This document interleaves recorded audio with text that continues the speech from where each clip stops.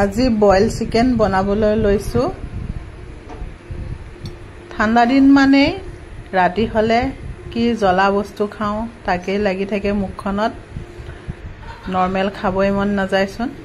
সেই কাৰণে আনিলো লোকেল চিকেন 1 কিলো আৰু মুৰ্গীত কণীও আছিল দেই। এয়া মই কেৰাহী এটা বহাই লৈছো, অলপো তেল দিয়া নাই দেখিছে। তাত প্ৰথমতে মাংসখিনি ধুনীয়াকৈ ধুই ইয়াত দি ললো। অলপ সময় ভাজিলো। তাৰ পিছত এতিয়া আলু পিয়াজখিনি কাটি লৈছিলো সেইখিনি দি দিলো আৰু অলপমান সময় লৰাই আছো। তাৰ পিছত এটা বিলাহী দি দিম।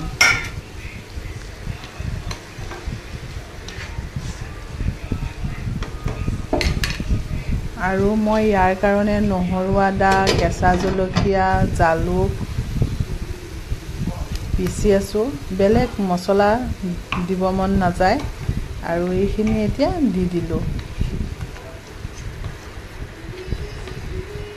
বইল মাংসত সদায় খুনা কেঁচা মছলাটোৱে ভাল লাগে আৰু অলপমান নিমখ দি দিলো আন্দাজ মতে।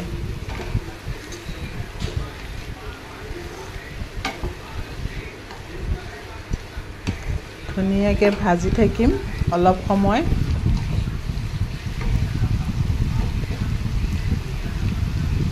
আপোনালোকে বাৰু বইল চিকেন বনাই নে ঘৰত? আৰু এয়া মোৰ বিলাহী গলিছে।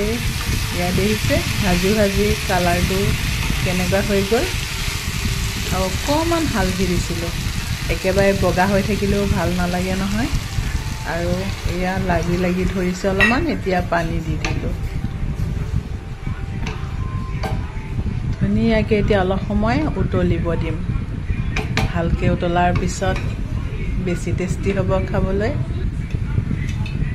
আৰু মুৰ্গী মাংসই নিজৰ এটা তেল আছে, সেইটো এনেই ওলাই যায় ভালকৈ উতলোৱাৰ পিছত। আৰু শেষত মই ধনিয়া দি দিলোঁ। আৰু এতিয়া ঠাণ্ডা দিনত ধনিয়াৰ গোন্ধটো কিন্তু বহুত ভাল লাগে। সকলোতে দিলেও দালিত বা চব্জি যিহতে নিদিয়ক ধনিয়াৰ টেষ্টটো কিন্তু বহুত ভাল লাগে।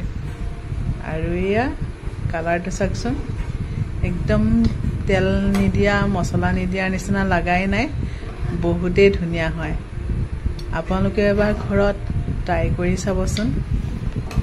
আৰু এনেকৈ ভাল ভাল ৰেচিপি পাই থাকিব মোৰ ভিডিঅ'বিলাকত। চাই পেলাই লাইক এটা কৰি দিব থৈ যাব নাপাহৰিব কিন্তু।